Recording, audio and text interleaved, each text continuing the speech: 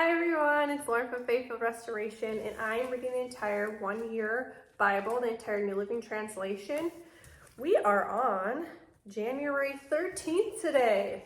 Each reading has the Old Testament, New Testament, Psalms, and Proverbs in it. I have my coffee with me, so let's get started. If you want to read with us, we're starting on Genesis 28. We're going to be reading Genesis 28:1 through 29:35. Oh, I just love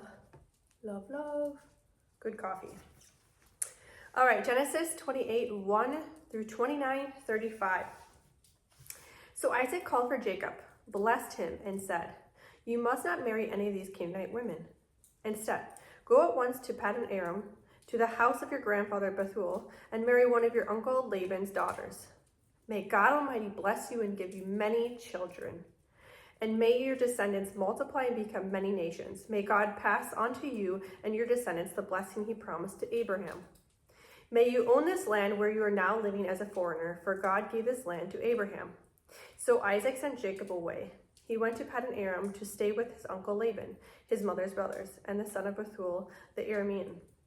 Esau knew that his father Isaac had blessed Jacob and sent him to Paddan Aram to find a wife, and that he had warned Jacob, "You must not marry Canaanite woman." He also knew that Jacob had obeyed his parents and gone to Paddan Aram. It was now very clear to Esau that his father did not like the local Canaanite women. So Esau visited one of his uncle Ishmael's family and married one of Ishmael's daughters, in addition to the wives he already had. His new wife's name was Malhera. She was the sister of Nebaioth, the daughter of Ishmael, Abraham's son.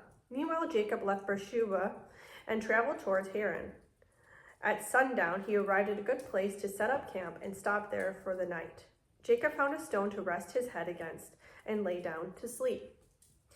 As he slept, he dreamt of a stairway that reached from the earth up to heaven, and he saw the angel of God going up and down the stairway.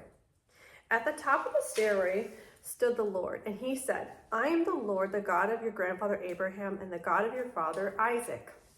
The ground you are lying on belongs to you. I am giving it to you and your descendants. Your descendants will be numerous as the dust of the earth. They will spread out in all directions, to the west and the east, to the north and the south. And all the families of the earth will be blessed through you and your descendants. What's more, I am with you, and I will protect you wherever you go. One day, I will bring you back to this land. I will not leave you until I have finished giving you everything I have promised." Then Jacob awoke from his sleep and said, "Surely the Lord is in this place, and I wasn't even aware of it." But he was also afraid and said, "What an awesome place this is. It is none other than the house of God, the very gateway to heaven." The next morning, Jacob got up very early. He took the stone he had rested his head against, and he set it upright as a memorial pillar.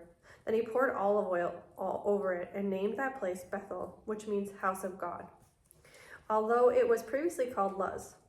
Then Jacob made this vow: "If God will indeed be with me and protect me on this journey, and if he will provide me with food and clothing, and if I return safely to my father's home, then the Lord will certainly be my God. And this memorial pillar I have set up will become a place for worshiping God, and I will present to God a tenth of everything he gives me." Then Jacob hurried on. Finally arriving in the land of the east, he saw a well in the distance. 3 flocks of sheep and goats lay in an open field beside it, waiting to be watered, but a heavy stone covered the mouth of the well. It was the custom there to wait for all the flocks to arrive before removing the stone and watering the animals. Afterwards, the stone would be placed back over the mouth of the well. Jacob went over to the shepherds and asked, "Where are you from, my friends?" "We are from Haran," they answered. "Do you know a man there named Laban, the grandson of Nahor?" he asked. "Yes, we do," they replied. "Is he doing well?" Jacob asked. "Yes, he's well," they answered. "Look, here comes his daughter Rachel with the flock now." Jacob said, "Look, it's still broad daylight, too early to round up the animals. Why don't you water the sheep and goats so they can get back out to pasture?" "We can't water the animals until all the flocks have arrived," they replied. Then the shepherds moved to the stone from the mouth of the well, and we water all the sheep and goats. Jacob was still talking with them when Rachel arrived with her father's flocks, for she was a shepherd. And because Rachel was his cousin, the daughter of Laban, his mother's brother, and because the sheep and goats belonged to his uncle Laban, Jacob went over to the well and moved the stone from its mouth and watered his uncle's flock. Then Jacob kissed Rachel, and he wept out loud. He explained to Rachel that he was her cousin on his father's side, the son of her aunt Rebekah. So Rachel quickly ran and told her father Laban. As soon as Laban heard that his nephew Jacob had arrived, he ran out to meet him. He embraced and kissed him and brought him home. When Jacob had told him his story, Laban exclaimed, "You really are my own flesh and blood."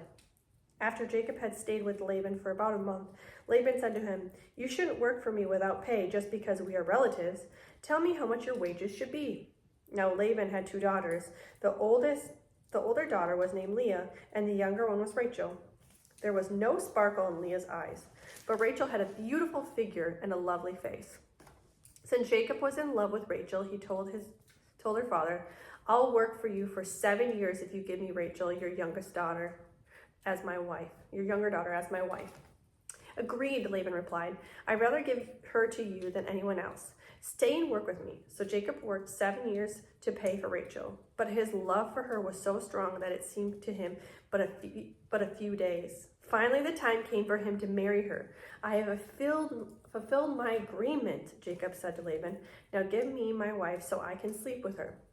So Laban invited everyone in the neighborhood and prepared a wedding feast. But that night, when it was dark, Laban took Leah to Jacob, and he slept with her. Laban had given Leah a servant, Zilpah, to be her maid. But when Jacob woke up in the morning, it was Leah.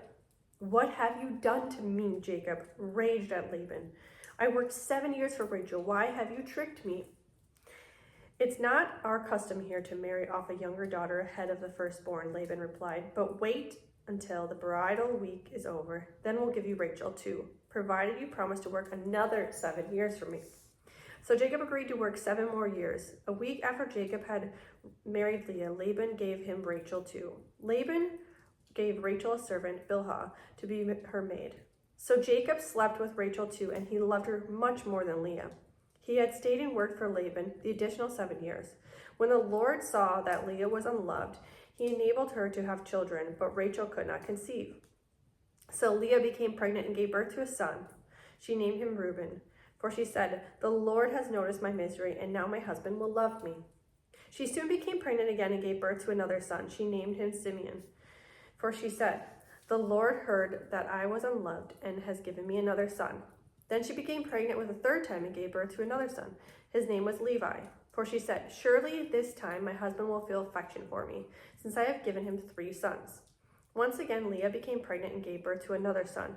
She named him Judah, for she said, "Now I'll praise the Lord." And then she stopped having children. Matthew 9:18-38.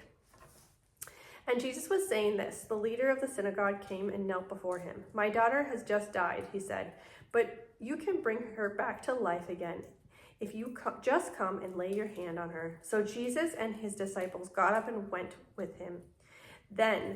Just then, a woman who had suffered for 12 years with constant bleeding came up behind him. She touched the fringe of his robe, for she thought, "If I can just touch his robe, I'll be healed." Jesus turned around, and when he saw her, he said, "Daughter, be encouraged. Your faith has made you well." And the woman was healed at that moment. When Jesus arrived at the official's home, he saw the noisy crowd and heard the funeral music. "Get out," he told them. "The girl isn't dead. She's only asleep." But the crowd laughed at him.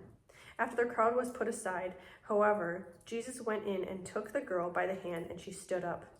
The report of this miracle swept through the entire countryside. After Jesus left the girl's home, 2 blind men followed along behind him, shouting, "Son of David, have mercy on us." They went right into the house where they were staying, and Jesus asked them, "Do you believe I can make you see?" "Yes, Lord," they told him. "We do." Then he touched their eyes and said, "Because of your faith, it will happen." Then their eyes were opened and they could see. Jesus sternly warned them, "Don't tell anyone about this," but instead, they went out and spread his fame all over the region. When they left, a demon-possessed man who couldn't speak was brought to Jesus. So Jesus cast out the demon, and the man began to speak. The crowds were amazed. "Nothing like this has ever happened in Israel," they exclaimed. But the Pharisees said, He can cast out demons because he is empowered by the prince of demons. Jesus traveled through all the towns and villages of that area, teaching in the synagogues and announcing the good news about the kingdom. He had healed every kind of disease and illness. When he saw the crowds, he had compassion on them because they were confused and helpless. Like sheep without a shepherd, he said to his disciples, "The harvest is great, but the workers are few. So pray to the Lord, who is in charge of the harvest. Ask him to send more workers into his fields." Psalms 11, 1 through 7. I trust in the Lord for protection, so why do you say to me, "Fly like a bird to the mountains for safety"? The wicked are stringing their bows and fitting their arrows on their bowstrings. They shoot from the shadows at those hearts are right. The foundations of law and order have collapsed. What can the righteous do? But the Lord in his holy temple, the Lord still rules from heaven. He watches everyone closely, examining every person on earth. The Lord examines both the righteous and the wicked. He hates those who love violence. He will rain down blazing coals and burning sulfur on the wicked, punishing them with scorching winds. For the righteous Lord loves justice. The virtuous will see his face. Proverbs 3, 11 through 12. My child, don't reject the Lord's discipline, and don't be upset when he corrects you. For the Lord corrects those he loves, just as a father corrects a child in whom he delights. Well, that ends the reading for January 13th. Thank you so much for reading along, and I hope you had a great time. I hope you had some coffee as well, if you're a coffee drinker, or tea, water, whatever it may be. If you like this, please like and subscribe and share to anyone that could use the word as well. Thank you so much, and see you tomorrow. Bye-bye.